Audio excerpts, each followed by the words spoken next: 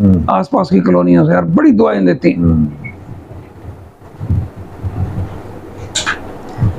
इससे ज्यादा और क्या चीज चाहिए आपको? रोटियां, सुबह सुबह नाश्ता खिला रहे हैं, इतना सभी हर चीज मतलब वेल। हमारे पास 12 मॉडल टाउन के पार्क हैं जी, पपिया पार्क है। अब हमने सारी ग्रीन बेल्ट ले ली है।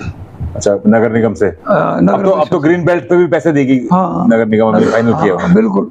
कितने, 4 रुपए? कितने? 4 रुपए 10 पैसे। हाँ, वो बेस्ट है। वो हमने सारी ले ली। अच्छा, काम शुरू करना। आप जैसों को लेना चाहिए जी। आप यहाँ मशीनरी बहुत है जी। यहाँ अब घास काटने की ना, 9 तो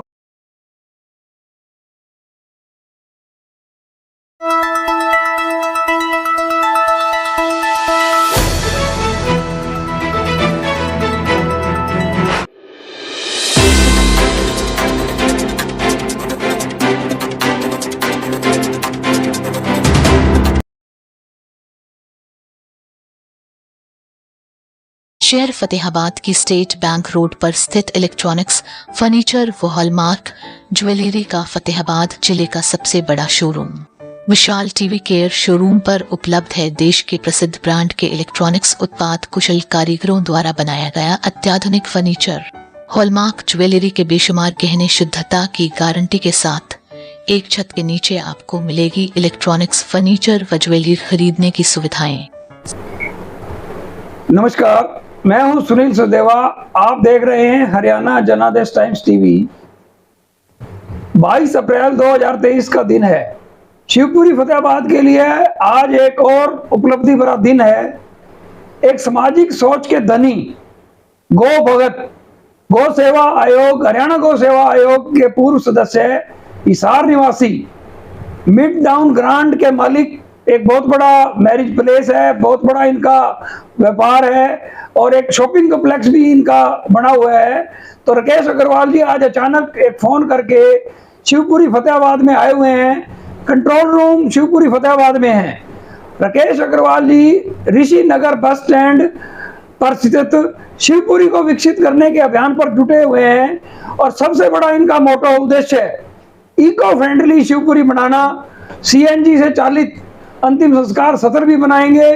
कम लकड़ी से दाह संस्कार होने का सिस्टम भी लगा हुआ है। तो राकेश अग्रवाल जी, सबसे पहले तो आपका शिवपुरी में स्वागत है। धन्यवाद जी। आज आपने सबसे पहला प्रश्न ये है कि आपने 5 एकड़ में फैली शिवपुरी फतेहाबाद को देखा है, तो आपको कैसा लगा? सचदेवा जी, मैं बहुत अभिभूत हूँ, मेरे पास शब्द नहीं है। मैं सुना करता कि फतेहाबाद में शिवपुरी नाम से एक बहुत अच्छा मनोरम स्थल बना है, परंतु जब मैंने आज अपनी आंखों से देखा तो वो वाकई ही बहुत ही सुंदर, आपने एक बहुत ही दूरदर्शी चीज दी है। और हमारा शहर हिसार फतेहाबाद से बड़ा है, परंतु मैं ये कहूँगा कि फतेहाबाद का जो ये स्थल बनाया है ये वाकई ही बहुत सुंदर है। तो उसी को देखते हुए एक्चुअली हम हिसार में जो हमारे 5 एकड़ जैसा आपने बताया, हम ये चाह रहे हैं कि इसको एक आने वाले दिनों में एक इको फ्रेंडली ग्रीनेटोरियम बनाया जाए। तो उसी संदर्भ में मैं जो थोड़ा सा विस्तार से बताएं भी आप अपने कितने एकड़ में तो जगह है। हाँ। और क्या क्या करने वाले हैं? हाँ, तो बेसिकली क्या है कि ये 5 एकड़ में भूमि है हमारी बस स्टैंड में। जो एग्जिस्टिंग है वो 1.5 एकड़ है, उसके सामने ही 5 एकड़ ऋषिनगर में बस स्टैंड में बना है। ठीक है। तो हमारा सारा मेन फोकस इस पे ये है कि क्योंकि भारतवर्ष में एक परंपरागत दाह संस्कार में रफली 7 से 8 करोड़ पेड़ जल जाते हैं। और आपने कोविड के दिनों में देखा कि ऑक्सीजन की कितनी कमी हुई। और जितना भी हमारा इंफ्रास्ट्रक्चर है, हम पुल भी बनाते हैं, हाईवे बना लेते हैं, हम हॉस्पिटल बना लेते हैं, हम स्कूल और मॉल, मल्टीप्लेक्स, होटल बना लेते हैं, परंतु क्योंकि एक मृत्यु शब्द ऐसा है जिससे हर आदमी को डर लगता है, एक थोड़ा टैबू सा है, तो इस पे चर्चा नहीं होती। तो इस पे चर्चा ना होने के कारण ये एक बहुत ही सुनसान इलाकों में बहुत ही डरावनी जगह पे बनते हैं। पर कोविड के बाद ये डेथ एक फोर फ्रंट में आई और जिससे लकड़ी की कमी हो गई। हमने खुद देखा कि एक उसमें 100 दाह संस्कार और उनके पास लकड़ी नहीं है। तो हमारे कुछ दूरदर्शी साथियों ने इस विषय में पूरे जो भारतवर्ष के जो सबसे बढ़िया, जैसे हैदराबाद में वैकुंठा है, कोयम्बटूर में है, पंजिम में है, सूरत में है, हमने जो भारत के सबसे बढ़िया इको फ्रेंडली और सुंदर जो क्रेमेटोरियम थे वो हम वहां जाके देख के आए। तो इसी कड़ी में आज हम यहाँ पर आए। तो ये तो हमें लगा कि मतलब गोद में छोरा वाली बात थी कि चिराग तले अंधेरा। हमने यहाँ अपना फतेहाबाद वाला नहीं देखा। तो बहुत ही सुंदर व्यवस्था की है आपने। और सबसे बड़ी बात है कि शमशान भूमि का जो एक टैबू होता है, भाई कलंकित जगह समझा जाता है, कि शमशान में जाएंगे और नहा के आएंगे, पोल्यूशन बहुत ज्यादा होता है। तो आपने वाकई ही एक दर्शनीय स्थल बनाया हुआ है, उसमें सुबह सैर कर सकते हैं, योगा कर सकते हैं, व्यायाम कर सकते हैं। इसके अलावा और कितने आपके परमार्थ आपने प्रकल्प जोड़े हुए हैं। रोटी बैंक वाला देखा आपने, बहुत सुंदर। अब आप कह रहे हैं कि पूरे फतेहाबाद सिटी की ग्रीन बेल्ट हम गोद ले रहे हैं।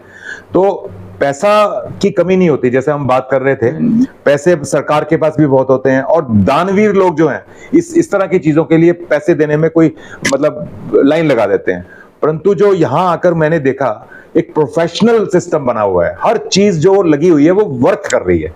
वाटर बॉडी है तो काम कर रही है, पानी है, रेन वाटर हार्वेस्टिंग का आपने बिल्कुल ग्रीन सिस्टम बनाया हुआ है। तो हर चीज में मतलब मेरे पास शब्द नहीं है, वाकई बहुत सुंदर व्यवस्था की है। और आपने एक पायलट प्रोजेक्ट दिया है, आप जैसे बता रहे हैं कि हरियाणा में और लोग इसको फॉलो कर रहे हैं। मैंने अपनी रिसर्च की है वो भी मैं आपसे आने वाले दिन में शेयर करेंगे। हम ये चाहेंगे तो एक मिलकर पूरे भारत में एक टेक्निकली फिजिबल और फाइनेंशियली कॉमर्शियली फिजिबल चीज दी जाए। और इसी दिशा में जैसे बात ये चल रही कि हम इसमें फ्यूल, ग्रीन फ्यूल डालें, क्योंकि अभी तक लोगों में थोड़ी सी धार्मिक मान्यताओं के हिसाब से वो चाहते हैं कि लकड़ी से ही संस्कार हो। सीएनजी या जो इलेक्ट्रिक वाला जो एलपीजी क्रेमेटोरियम है उस तरफ अभी लोग कम जा रहे हैं, क्योंकि उनको धार्मिक मान्यता के हिसाब से वो चाहते हैं कि हम लकड़ी से। तो अभी एक जो मोक्षदा ग्रीन क्रेमेशन सिस्टम है, दिल्ली की कंपनी है, उन्होंने एक पद्धति दी है, मैं आपसे उसको शेयर करूंगा। उसमें लकड़ी 1/3 लगती है और जो लकड़ी लगेगी वो भी गौ माता के गोबर से लगेगी। उसमें पंचगव्य होगा, उसमें आप हरित गूगल है, हवन सामग्री डाल के, पराली वगैरह डाल के उसके लोग लगेंगे। तो दो चीजें हल होंगी, एक तो हमारे सारे क्षेत्र की जितनी गौशालाएं हैं वो फाइनेंशियल रूप से आत्मनिर्भर बन जाएंगी और लकड़ी भी 1/3 लगेगी। और साथ में अब सीएनजी की पाइपलाइन यहाँ आ रही है, तो हम धीरे धीरे उसको सीएनजी पे भी डालेंगे। मैंने आपकी जो मोक्षधाम हिसार की आपने जो एक रंगीन पुस्तिका प्रकाशित की हुई है, उसमें वो देखा आपका जो आपने अभी बताया, तो क्या उसके बारी दीवारें शीशे की हैं? नहीं, बारी दीवारी शीशे की नहीं है, वो तो अष्ट धातु की ही है पायर। वो तो आप उसको बना सकते हैं, अगर आप उसको प्रॉपर एक रिस्पेक्टफुल एक चीज देने के लिए आप बना सकते हैं, लेकिन शीशे की दीवारों की जरूरत नहीं है उसमें। उसमें अष्ट धातु की पायर है और उसमें 100 फीट की तकरीबन जो है वो चिमनी लगती है। तो इसमें एक जैसे कंबस्शन अच्छा होता है, जैसे हमारे पुराने घरों में स्टोव लगते थे, स्टोव से नीचे से उसको ऑक्सीजन मिल जाती थी, तो उससे दाह संस्कार जल्दी हो जाता है। और जो रफली हमारे 11 मन लकड़ी लगती है, तो इसमें 3 मन में काम हो जाता है। और उसके अलावा दाह जो समय है वो भी 1.5-2 घंटे में आपका दाह संस्कार हो जाता है और हाथ की हाथ उसको उसके परिजनों को अस्थि भी देते हैं। तो ये बहुत अच्छी, हमने इसमें काफी सर्वे किया है, क्योंकि सरकारी सिस्टम में कई बार वो लगा देते हैं पर वो काम नहीं आती। तो हम इसलिए इसको वो कर रहे हैं, इंश्योर कर रहे हैं कि वो टेक्निकली फिजिबल हो, जो भी एक, चाहे वो पैसा जनता का हो चाहे वो सरकार का हो, वो हर पैसा। जी एक और नई चीज मैंने आपको दिखाई, हमारे लिए भी नहीं है, अभी कल से ही हमने शुरू की है, पक्षी घर। तो इसके बारे में भी कुछ कहिए आप, पक्षियों के बारे में कुछ। बहुत ही बढ़िया सचदेवा जी, आप जो काम कर रहे हैं, ये जो प्रकृति का काम कर रहे हैं, ये जो पेड़ों का काम कर रहे हैं, पक्षियों का काम कर रहे हैं, ये साक्षात भगवान है। तो अभी पिछले दिनों भादरा में मेरे पूर्व शिक्षक सेंट टेल्टिया जी हैं, मैंने उनसे बल्कि पूछा और स्वामी सदानंद जी के माध्यम से उनके तत्वाधान में चल रहा है, तो वो बहुत ही अच्छा एक लगा। तो बल्कि हिसार के हमारे काफी साथियों में इस बात की रुचि लगी और मैंने कल ही पढ़ा कि आपके यहाँ पर शिवपुरी में लगा रहे, तो बहुत ज्यादा खुशी हुई। और ये निश्चित रूप से जो हमारे एक अप्रवासी पक्षी होते हैं, बड़े रेयर स्पीसीज हैं, तो ये नेचुरली जब आप इतनी हाइट पे लेके जाएंगे तो ये बहुत अच्छा कामयाब एक, और ये धीरे धीरे मुझे लगता है कि हरियाणा में और भी जिलों में ये हमारे बीच हरियाणा गौ सेवा आयोग के पूर्व सदस्य राकेश अग्रवाल जी थे। इनका आपने संदेश सुना।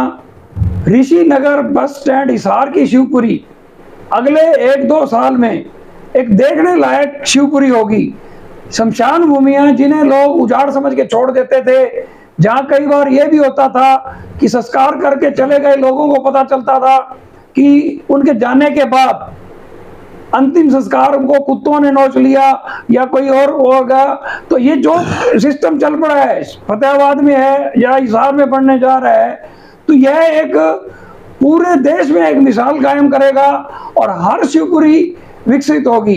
राकेश अग्रवाल जी और उनके साथ आए हुए साथियों का शिवपुरी सभा की ओर से बहुत बहुत धन्यवाद। धन्यवाद।